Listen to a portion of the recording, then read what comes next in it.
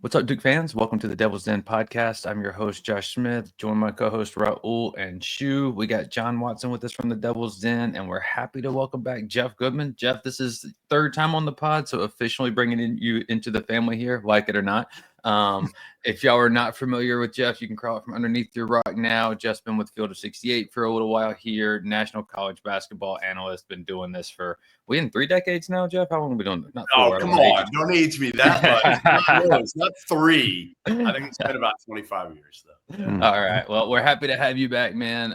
We're going to get into some stuff today. We're obviously going to recap some of the Final Four of last year, talk about some roster construction, off-season work, and then we'll get into some comments you made earlier, I think this week or last week, about where you see this Duke team potentially. But before we get into all that, Jeff, how you doing? How's the off-season treating you? Obviously, I know you've been underwater here a little bit, so kind of what's going on? Yeah, the shirt is kind of appropriate because we moved to Charleston about 6 weeks ago, and I have a car that is very low to the ground, and my wife has been yelling at me like, "Hey, you probably don't want to deal with that here in Charleston." I'm like, "Hey, it'll be fine. Don't worry." So I'm on the phone the other day, and it's a flash flood, and I'm on the phone. I'm like, "Yeah, whatever." And I look outside after the phone call, and my car legitimately, the water is all the way up to where it is really close to getting in the car. So I call AAA. It's going to be 2 hours. I call another tow truck. I'm like, whatever it costs, can you get here?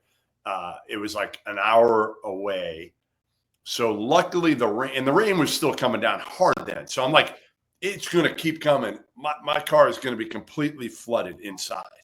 And luckily the rain stopped.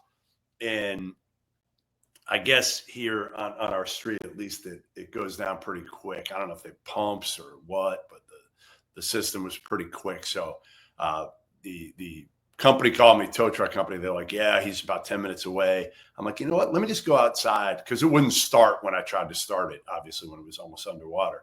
And it had receded enough that I went back in and was able to start it and move it to a spot that is in a better spot. So needless to say, I won't have that car for much longer. I will be getting rid of that car soon here. I'm not dealing with this over and over.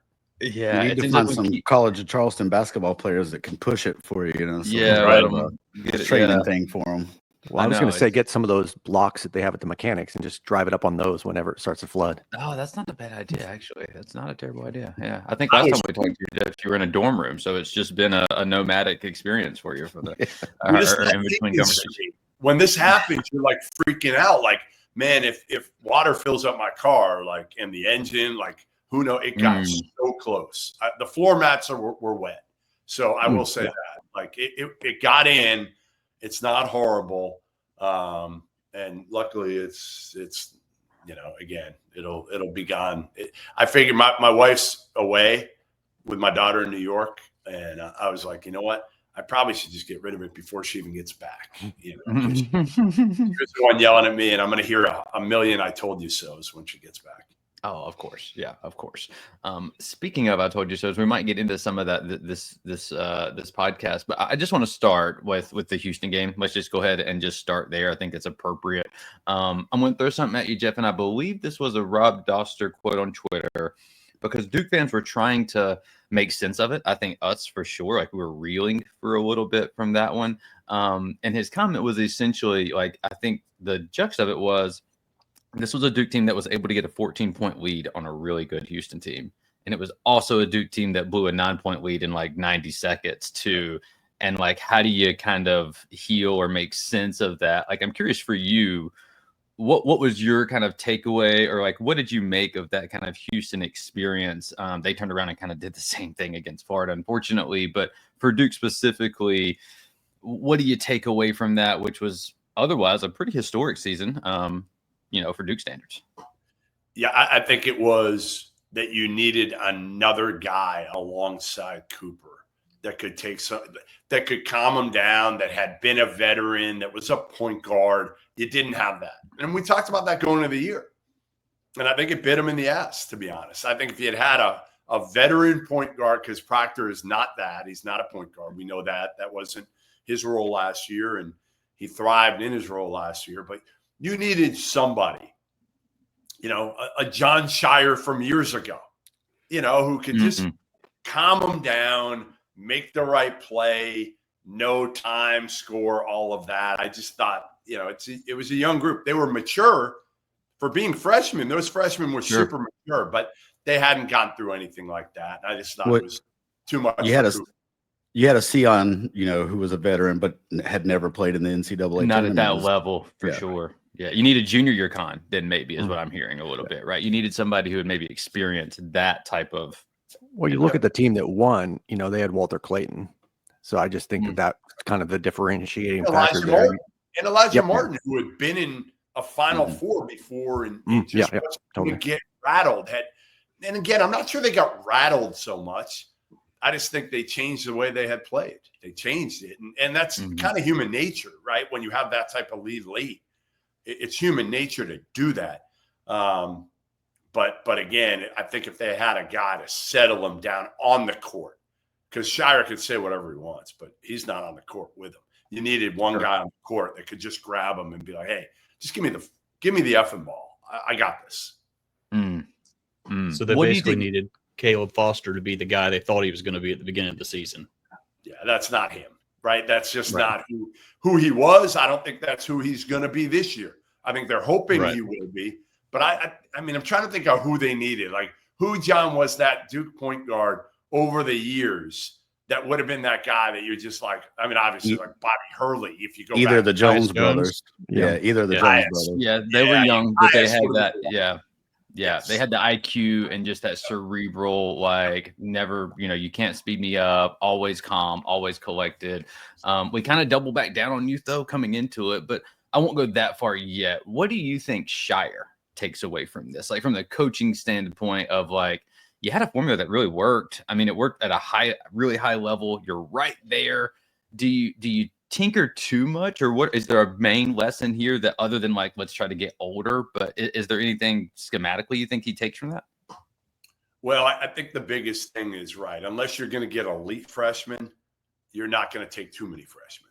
Even last year, and we'll see how it works out with like a Darren Harris and some of these other guys. They're good, but you kind of want to take a good mix of a couple freshmen that are going to impact or know their role coming in, know that they're going to have to wait their turn. Some maybe an international guy or two, which they've certainly done here, and then getting some transfers and staying long. Staying long and multi-dimensional is going to be something that worked last year. And I think he'll stick with that as much as you humanly can. Now, again, it doesn't always work out the way it did last year. I mean, there was so much fun to watch last year.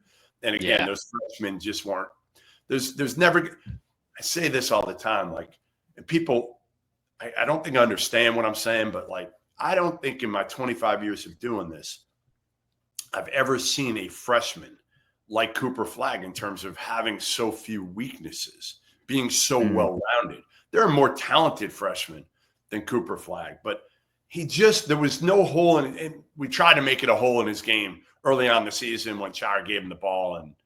But it wasn't even his fault at that point. Again, I thought it was the construction of the team that he needed a guy with him to take that pressure off him. And he never had it. So he was put in situations that honestly weren't fair to him, whether or not it was the second game of the year or the 25th game of the year. I think as we saw, like it was just they were missing one piece.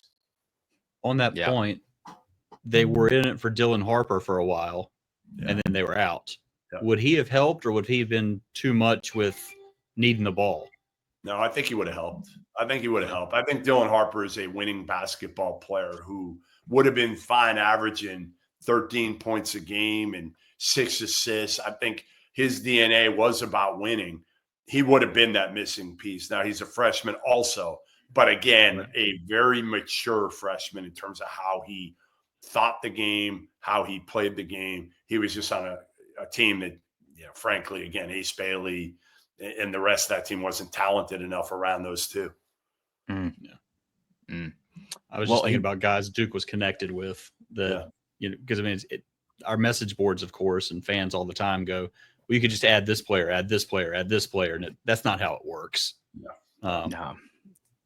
Now, So speaking of adding, though, I think something that is kind of that we should mention, and Jeff, I know y'all covered it. I'm not sure exactly how familiar you were with all of the intricacies, but I think the most impressive thing this offseason is the Cowher to Sar pivot.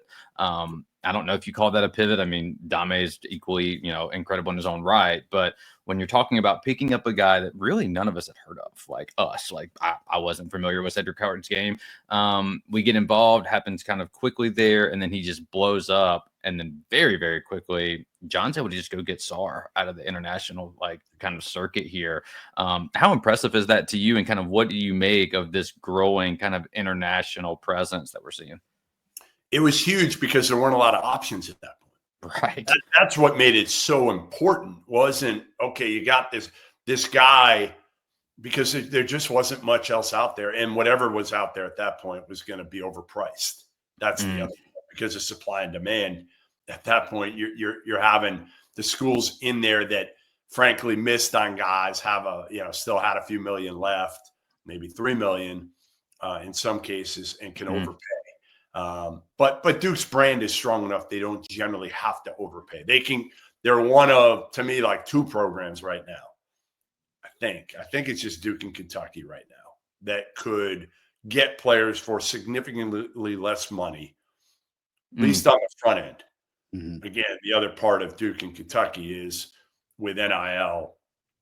I'm not talking in-house NIL, but I'm talking real NIL, not rev share. They can get it for these kids a whole lot easier. Sure. Because it's just the brands. Those brands just are much bigger than anywhere else. So I thought Sar was pivotal for them. We don't know what Cowher would have done. We don't know. I mean, he played 6 games at the high major level.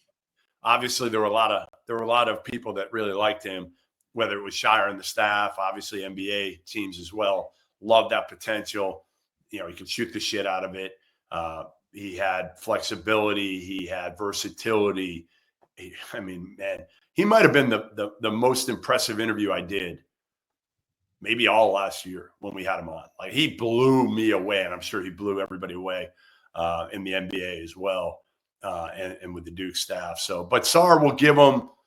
I was talking to John about him on the recruiting trail, and he thinks he's just going to get better and better. Well-rounded, versatile, not the shooter that Cowher is. Be that kind of plug-and-play guy who does everything pretty well and will only get better over the course of the year. Yeah. I mean, I think for me, it's, to be able to go out and do that quickly. I don't know if he's gotten enough credit internally just from Duke fans, and maybe we're just kind of spoiled in that regard. I'm sure we are. But to go out and get that, I got this played with pros. I mean, Jabari Parker. I mean, John, when we had him on, he even talked about, I played in that league. It's a big time league. It's impressive. Do you think that he can come in and be a just mainstay 25, 30 minutes on the wing, like this guy's lottery pick, or are you kind of a little bit lower on that potential? I just don't know. With all these international guys, you don't know how they're going to adjust. Some of them are obviously older than other ones. I think Sar is a guy that, again, it sounds like is mature enough to be able to handle this. And it's not like he's coming in having to be the guy, right? I mean, that's the beautiful thing for him. It's more of like, hey, buy into being a really good piece, an elite defender, be a really good defender, make open shots. But ultimately, he's not going to have a ton of pressure on him. He's got to be a piece and fit in. So I think he'll be fine, but you just don't know how these international guys adjust in their first year. A lot of them, again, they got to deal with things that, the American players just don't have to deal with, which is, maybe their first time living away. That's not the case with Sar. He's obviously been away from home for a while, so that'll help him. Yeah. I have a question about that with the international guys. I mean, at what point is there going to be some sort of regulation? I mean, Virginia's got a guy who's like 24. I mean, how long till we see some like 34-year-olds smoking a cigarette on the bench going, I'm a freshman? I mean, it's got to be. Yeah, it's crazy because I remember when like Enes Kanter came in and he got suspended, wasn't able to play because he took like, I don't know, it was like $2,000 or something. It wasn't. He was a pro, but not like a pro. Now you got these guys that are legitimate, like pros that can make real money over there, but they can make a lot more money over here. They're talking $1 million plus. So I think as long as that's the case, they're going to keep coming. Now, next year's international class isn't as good because, frankly, a lot of the best ones came over this year already.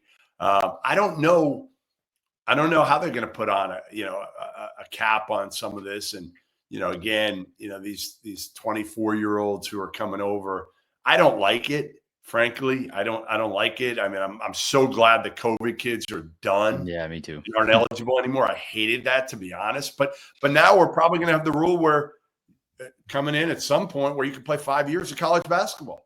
I mean, that's what's coming at some point, it looks like. Well, what about the kids who go to the G League and they're making, $3,000 a month? And then, I mean, like Trevor Keels, he could have made a killing had he come back to Duke. DJ Stewart, make a killing. And it's at what point do we start going, well, what's the difference between the G League kid who couldn't make the NBA versus the 24-year-old European? They're coming here, they're staying in college. And a lot of people are like, that's the beauty of NIL right now. That's the major advantage for fans is, I don't know who it is this year. I mean, I'm trying to think of who came. Obviously, the kid Yaxel Landenberg. He's probably the poster child for a kid who might have been a first rounder, turned down that potential. And I think he was probably 25 to 40. He wasn't a lock first rounder. But he went back to Michigan for $3 million. That never would have happened. I mean, you like you said, the Trevor Keelses of the world, they're just thinking like, well, I'm making no money at Duke. So, even if I'm a two-way player at that point, I'm going to get a few $100,000, maybe $500,000, $600,000 now. So I'm out of here, even if I'm undrafted, or I think I'm going to go in the second round, but I'll get some sort of guarantee. Now it's completely flipped. I wonder how appealing that actually is to fans, though, because it's not like these players are always returning to the school that they were already at. A lot of it is just shuffling to new schools. We saw Isaiah Evans get major offers, and we were lucky that John was able to retain him, but he could easily be at NC State right now. The one that, I mean, I'm sure you guys have talked about it a lot. The one that shocked me the most, and I remember when I was at Duke, I was there with my wife and daughter for Carolina Hurricanes playoff games, and I went by Duke. And as I'm walking in to see John, I see Caleb Foster walking out of the facility and with a backpack on. And I'm just like, man, I can't believe he's back.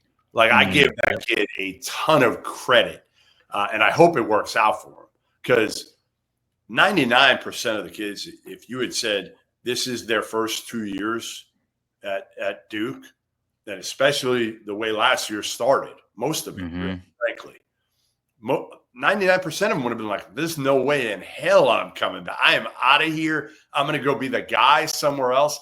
I'm not coming back. And he's coming back, and with no guarantees also, guys. I mean, to me, I don't think he's a point guard. I don't. I don't know how you guys feel about that, but I think Caden Boozer is going to be the guy with the ball in his hands when it matters in January, February, March. That's a great point. Yeah. And it's a perfect segue too, because it builds off of what we were just talking about against Houston and some of the issues last year. And for me, I keep coming back to like, how is this going to work? Because I keep seeing in all the practices and all the scrimmages, you've heard John talk about that Caden's got the most assists, and assists aren't everything. I get that. But it's how do you get him on the floor? And then does that take Caleb off the floor? Or if not, then who's sliding down? Because you got Isaiah Evans coming back, who I think most people think that he's at least primed for a big year, or he's going to get the opportunity to have a big year. Dame coming in, sliding into the wing. Obviously, Cam Boozer. You got Pat Gongbook down there in the front court. Malik Brown. Like, how does the roster work for you specifically with that kind of Caleb Foster, Caden? Can you get Caleb in the Tyrese role? Does that work? And then what happens if not? Like, what do you make of that kind of conundrum? Yeah, I think that is the role that's probably best suited for him, right? I don't know if he's quite the shooter that, that Tyrese was, but he's a scorer. Again, I think he's best served coming off the bench. I do. I think he's best served as a 20-minute-a-game guy coming off the bench. And I'm sure John didn't sell him on that. because if he did, he'd be long gone. So, I'm sure he sold him on, hey, you're our starting point guard, and it's your job to lose. I've watched enough of Caden Boozer to know he is a point guard. He is a point guard, and he is cerebral, and he can make shots. And the other part is, man, he and his brother just don't lose games. They don't lose games. And there's a comfortability factor with those guys being on the court at the same time as well. So I think you go in, Evans certainly going to be your guy, going to be your leading scorer on this team, or right there with Cam Boozer. Those are your kind of known quantities. I think Scheyer is a guy that, again, just does a little bit of everything. Malik, same thing. I don't know, to me, again, who else? I mean, you probably go can you go Foster, Evans, both Boozers, and Sar? I think you're too small. It's got Cam at the 5, so you'd have to have Gungbo or Brown. Right. And end of game, though, that could work. You can slide that down late in the games to go kind of smaller to get more ball handling on the floor. Like problem is Caleb's free throw shooting needs to. The Caleb free throw shooting is the problem, because you can't have your guy with the ball in his hands at 60%. You just can't. You I can't. also Especially against Houston. What Sar and Malik together, like those guys out on the court. I don't know how good a shooter Sar is, and we're not going to know until it gets going. I've seen some great shooters as freshmen, like really good American shooters, not make shots as freshmen. So Luke Kennard. Yeah, Luke Kennard really struggled here his freshman year. Yeah. Really struggled, yeah. Right, that's what I'm saying. I think Reggie Bullock at Carolina did. Like, I've seen some really good ones struggle. So I don't know. I just know, again, I know if it's me and I'm a betting man, I'm saying I'm going to have both bruisers on the court when it matters in March. I'm going to have Isaiah Evans as my guy, as my go-to guy.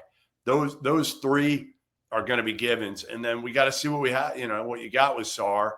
You got to, what you got with Malik Brown, Gamba, like, we'll, see how, and then the kid, Kamenia. Yeah. Mm-hmm. I mean, he loves them. Like they love that kid. He's going to find a way to get on the court because he's different than everybody else. Mm-hmm. Yeah. The playmaking, the shooting. Yeah. Go ahead, John. That's I was got a question. I know you and Scheyer have a relationship going back years. Yeah. How did this past season change him? Because I mean, I know from talking to him, I mean, he took it hard after the Final Four, and I mean, especially after the previous year where he pretty much cleaned house to build this team, built it almost perfectly, is up 14, and then it just fell apart. And I know I've seen some differences. I'm curious your take on that and what you've noticed, because it's interesting to see. John's like this when you see him, right? I mean, that's the beauty of John, is you're not going to really see it too much in his face. He's not going to show you his cards, but he's pissed off. I mean, again, you've got 2 years ago losing to NC State with the Final Four on like that. Mm-hmm. That was embarrassing because who you lost to, how you lost to them. And then you have this one. So you've got that taste in your mouth 2 years in a row, especially when you had, a player like Cooper Flag. And you like had a legitimate, like 2 years ago, I think you're thinking, okay, if we got to a Final Four, that's incredible. That's incredible. That, hey, we'll sign up today. Well, last year you're thinking, what you got with Cooper and Khan. And you're like, okay, we can win this whole damn thing with freshmen. It hasn't been done in a long time. So I think, again, I think John's the type of guy that you can't tell how competitive he is because he doesn't let you always see that. Like he doesn't, but I've known John a long time, and I love seeing this out of him from a coaching standpoint because I think he's much more at ease now. Like his first year following K, like I think he was worried too much about what people thought of him and how he acted. Now I don't think he gives a shit anymore. I agree with that. I can see it. Yep. I think too, you also see it in, and he's done this, I guess, from the get go, but I think you're also seeing it just in the landscape at Duke, bringing in guys like Dildy, bringing in guys like Evan Brads, really crafting this thing a little bit differently. There's an intentionality there. Like, he didn't select captains last year, right? Like, he just came in with a different edge. And I'm curious to see kind of what that's going to look like this year, especially because the cool thing is we don't have to be as good as we were last year to technically finish better than we did, right? Because the landscape is a little bit different here. And I guess we'll segue into that a little bit, Jeff. I know you're a little short on time, but I want to hit on it. Where do you see this Duke team? I know you said, like, can this Duke team go to Indianapolis? Can they make a Final Four? Are you that bought in on Purdue as the best team in the country? Like, where do you think this version is? Because I don't think they have to be as good as last year. I mean, it's unlikely 4 number 1 seeds are getting there again, and especially 4 that were that good. Where are you at with it? Is it wide open? Yeah, I mean, I don't know if it's like wide open, but right. I don't think there's, like, you look at Purdue and they're going to be most people's preseason number 1, and they're really good. They got the best point guard in the country in Braden Smith. They got Trey Kaufman-Renn back. They're really good, and they got a hell of a coach, right, in Matt Painter. So there's not too much you can pick apart with them. And they got a secondary ball handler for Braden, which will help them. You know, Houston's really good. They bring back almost everything. I keep going back to it. And I said this to John. I said it. I'm like, your roster is just not as intimidating as it was last year. And he kind of laughed. And I'm just like, it's not. But I keep going back to it, and I keep trying to dissect it. And I'm like, all right, Isaiah Evans is going to be one of the best scorers probably in the country. Again, I worry about the point guard position. I worry about it only because I don't know what they're going to do there. And in my mind, I would hand the ball to Caden now. I would just hand the ball to him and say, it's your deal. You are a point guard. You make everybody better, including your brother, who, by the way, is the one guy in the country other than Braden Smith that I would, like, bet my life on every day that he's going to show up, that he's going to produce, that he's going to get 18 and 8 every single night and win. So it's funny, when we're doing our Duke thing, I was like, yeah, the roster doesn't overwhelm me. It's good, but it's not like last year. But I keep going back to it, and I'm like, these dudes just don't lose. The Boozers, I've never seen anything like it, because we've never seen anything like it, where they win at every level in AAU, 15, 16, 17, Peach Jam, which is incredible. And then they win every state title down in Florida. Like, it's hard to bet against those guys. They're different. They're built different, and they're built a lot like Cooper, okay, which is to say they don't give a shit about the attention. They don't care about doing the media interviews. They're not disrespectful when they do them. They just don't really care. They don't have a lot to say. They're vanilla. They just want to play ball and win games. So I think bringing them in, they're not freshmen. They are not your typical freshmen. And that, to me, is what, like Cooper, what gave them a chance to win it all last year, because Cooper and Con and even, Common, they weren't typical freshmen. And these guys are, like, they're just, man, they're special. They are special. But they go about it different, right? Like, Cooper was super emotional, super fired up. Like, he was just in your face. Yeah. They're not like that. And so there's nothing there. No emotion. Right. We talked about that when Scheyer came on the pocket. It's like they're so different. Yeah. And I wonder how you contrast that with Isaiah Evans, who is in your face and everybody's face and wants all the smoke. I mean, that's good. You need some of that. And I mean, I hear what you're saying. I do hear what you're saying, but I think the good thing with both Boozers is they play so damn hard all the time. Like, sometimes when you see a guy with no emotion either way, you're like, damn, like, what's he thinking? Is he why? What? Give me more, right? Like, people even say that about Tatum in Boston a lot of Celtics fans. I don't think anybody's going to say that about the Boozers. I just don't. Right. I think you know how hard they play every possession. But I do hear you. You're right. Like, Cooper had more of an outward edge to him. than these guys. Right. So I'm going to put you on the spot. So ESPN released their way too early top 25 like last week. Duke was 12th. We seen Gary Parrish have Duke at Borzello 9th. sucks.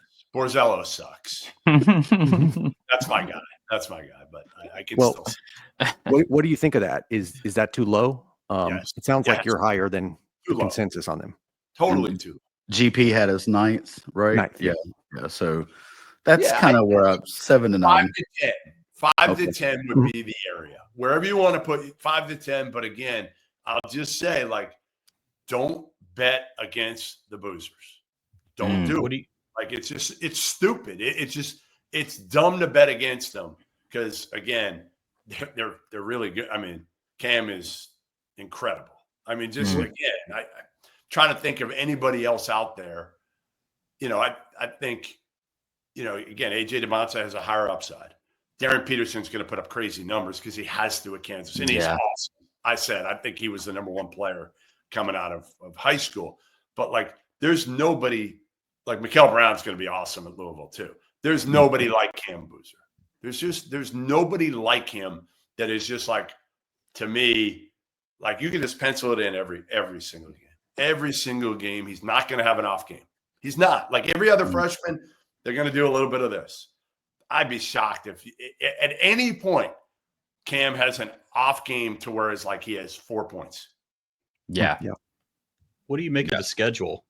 I mean, you're talking about putting the ball in Caden's hands, and they've got that preseason schedule. It's like, welcome to 7 of the top 25 Ken Palm teams.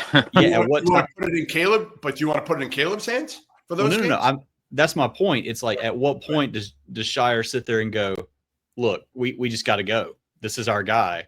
And what does that do to your point? If Caleb's not on the ball, he's not beating Isaiah Evans for the 2. Nope. Is he beating Haminia? Is he beating Sarr? Is he beating some of the other guys for the 3? I mean, that's interesting. It's a story to follow, I would think. I agree, because I really do feel like, and again, I think Caleb Foster's best role is coming off the bench as a scorer. I think he's your 6th man. You know, your first guard off the bench, and he can spell Caden. He can spell him and play, 10 minutes at the point, and that's fine. But I just feel like at the end of the day, give Caden the ball. He's going to make good decisions. He's not going to be rattled. He'll pick his spots. You've got enough around him. I mean, that's the beauty, right? You don't need him to score. I don't think you don't need him to score a ton of points. You need him to run the team, and you also need him to be at a point where come March, when you're going to win, you're going to need to win games and take the pressure off of Isaiah Evans. Put the ball in his hands, make the right decision. Just make it easier for everybody else. Like that to me is such an underrated skill to make it. He does it for his brother. He can do it for Isaiah Evans. He can do it for Sarr. He can do it for everybody on this team. So that's something that I don't think Caleb Foster does. That's not his strength. How would you compare Caden to freshman Trey Jones, who did a lot of the same thing, but you'll remember when we got to March, it was like teams weren't even within 10, 15 feet of him, daring him to shoot. Taco Fall was guarding him. Taco guarding him from the rim. I'll never forget that, of just being like, wow. Taco okay. And they almost beat us. I was there. They almost beat us. Yeah. I think Caden can shoot it well enough. That's not his biggest strength, but we saw him. I mean, I saw him, I remember, go from 15 under, 16 under, 17 under Peacham. He had a lot more confidence last year in Augusta and was making plays, getting to the basket and finishing, shooting threes rather than deferring to his brother. I felt like he took a major step last year. We're going to need it. We're going to need it. That's for sure. Jeff, I know we're running kind of short on time here with you. Before we do get out of here, just real quickly, wanted to give you an opportunity to plug anything you got going on. I know there's a lot of stuff coming up. I think last time we had you on, the almanacs have kind of come to a cease, but like, where are we at going forward? What's on the radar for you guys? I mean, the radar is trying to get a pickleball match with Scheyer. I mean, he's been ducking me here. Like, I've been in Durham multiple occasions. I was there for 3 days, 2 playoff games for the Canes, and said, like, you pick the time. As long as it's not 7 o'clock during the games, I'm good. Nowhere to be found. Nowhere to be found. And he claims he's really good. I mean, I already took down Robbie Hummel. That was easy. I think Scheyer's going to be easier. I think it's actually going to – I think he's all talk, and he's got no substance to his game whatsoever. Jay Lucas kind of gave me the scouting report on him. I'm not concerned at all, even though, I got about 15 years on him. And but, yeah, we're having fun at Field of 68. Obviously, it's off season right now, but things are going to get going soon. We have an opening day event of 6 games, 3 in Sioux Falls, which we did last year. We added 3 in Rock Hill this year, just because I feel like the sport needed it. Not a lot of really good games, so we started 8 o'clock in the morning this year. Next year, we're going to try to go to 24 hours, bring the 24-hour marathon back, and do it with the Field of 68. And I feel like we cover it as well as anybody out there from start to finish. We have the show every night on After Dark with, I know you don't like the name, but Tyler Hansborough, John Henson. Yeah. If we can bring in a Duke guy, do it. But Austin Rivers signed with NBC, didn't he? Oh, that'd have been a good one. Yeah, that'd have been a good one. I love Austin. What's Gerald up to these days? He's playing golf around kicking town. us on the golf course everywhere. Taking money on the golf course. At some point we need to get to, we were talking about trying to get Terrence on here at some point. I think old Terrence Oglesby, he'd be a good one to have on. Again, well, we appreciate you, Jeff. Glad you were able to have us. Before we get out of here, John, just real quick, anything site-wise that you want to get into? We're actually going to have Brian Geisinger come on the podcast next week, talk a little bit about Jordan Smith. That's up there as well right now. But John, anything else going on to plug site-wise? Nope, we're going through recruiting like normal. I don't expect them to have anything move until November, December at the earliest. So again, small class, and then we'll probably do more in the transfer portal, but it'll be after the season. So that to me, my last thoughts on this, and I tweeted it the other day. I don't think there's been a worse top of a class I've seen in 25 years of doing this. And it's funny because I know Jordan Smith, I'd heard about him. The first time I saw him at PCM, I'm like, all right, I really like him. He's great defensively, plays hard as shit. But I'm like, how could he be the number 2 player in this class? There's no way Jordan Smith he's not a point guard and not really not a true point guard. Right. And he can't really shoot it. And then I watched everybody else. And I had come from Rock Hill where I saw Adidas. I watched everybody else. And then I left PTM saying, all right, if there were a draft today, who am I taking? And Stokes, you take number 1 just by default because of his talent. And there's some red flags there. But I'm like, yeah, I take Jordan Smith. I take, but you got to surround him with the right people. Yep. That's what I would say is you got to be very, very smart about who you put around Jordan Smith because he is a winner. He is a winner at the highest level. I love him. But I will say this. If he's the number 2 player in the class, no offense at Jordan Smith, but yes, this class is not typical of – this is one of the weaker classes, if not the weakest, in the top 15, 20 that I've ever seen. Ever. It's going especially to be interesting. Yeah. Because – I'm sorry, Raul. It's going to be interesting because they've got to add shooting. And, I mean, like we talked about, what happens if Foster is all of a sudden pushed back to the bench role? I can't imagine to come back for a senior year at that. And then what about Darren Harris? If he doesn't play, what happens with him? And then what if all of a sudden you're getting picked off? Heavy portal. Yeah. And that's difficult too. Yeah. So, yeah, it's going to could get interesting there. We'll see. Something seems to always kind of land somewhere. So, hopeful for that. But we'll get Brian on. We'll talk about that next week. In the meantime, we just did our part 3 of our player previews, doing some of the front court. So y'all can check that out. Rate, review, subscribe. You can email us at TheDevilsDen.pod@gmail.com. You can find us on X/Twitter at DevilsDenPod247. Keep the faces strong and the verb high. Go Duke.